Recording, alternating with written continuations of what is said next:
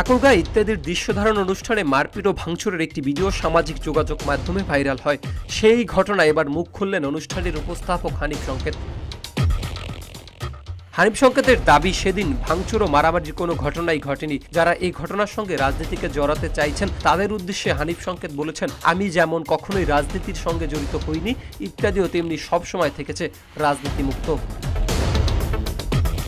ঘটনার একদিন পর শুক্রবার মধ্যরাতে নিজের ফেসবুকে দেওয়া পোস্টে হানিফ সংকেত নিজের অবস্থান ব্যাখ্যা করেন।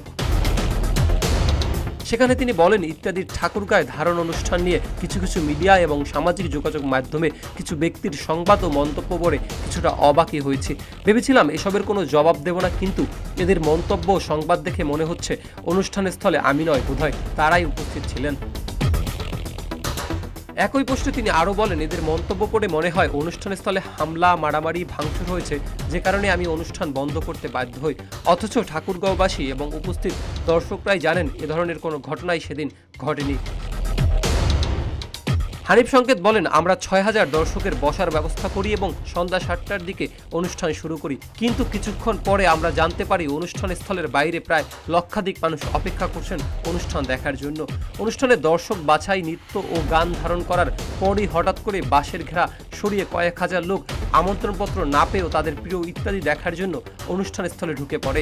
ফলে অনুষ্ঠান স্থলে সাময়িক বিশৃঙ্খলার সৃষ্টি হয়। আমরা পরিস্থিতি অনুধাবন করে প্রশাসনের সঙ্গে কথা বলে কিছু সময়ের জন্য অনুষ্ঠান ধারণ স্থগিত করি এবং পরিস্থিতি শান্ত হলে আবার ধারণ শুরু করি। যদিও ইতিমধ্যে স্থগিতের কথা শুনে অনেক দর্শক চলে যান। পরে পুলিশ, সেনাবাহিনী ও স্থানীয়দের সহযোগিতায় আমরা শান্তিপূর্ণভাবে অনুষ্ঠান ধারণ করি। উদ্ভূত পরিস্থিতির কারণে হামলা, ভাঙচুর বা মারামারি নয় দাবি করে হানিফ সংকেত বলেন, ইত্যাদির প্রতি দর্শকদের ভালোবাসা, আর এই ভালোবাসার কারণেই তারা ইত্যাদি ধারণ দেখার জন্য সবাই উন্মুখ হয়েছিলেন, কিন্তু স্থানাভাবে দাঁড়াতে ও পারছিলেন না, তাই চেয়ার সরিয়ে দাঁড়াবার স্থান করছিলেন, আর সে কারণেই এই চেয়ার ছোড়াছুড়ি। এর ফলে কিছুটা বিশৃঙ্খলার সৃষ্টি হয়, কিন্তু ঘটনাকে ফুলিয়ে ফাঁপিয়ে কেউ মিথ্যা তথ্য দিয়ে এবং রাজনৈতিক রং লাগিয়ে ভিন্নভাবে অপপ্রচারের চেষ্টা করছেন। কিছু মতলববাদ ব্যক্তি নিরাপদ দূরত্ব থেকে নানা পুঁজ দিয়ে নিজের মতলব হাসিলের চেষ্টা করছেন বলে মন্তব্য করেন হানিফ সংকেত।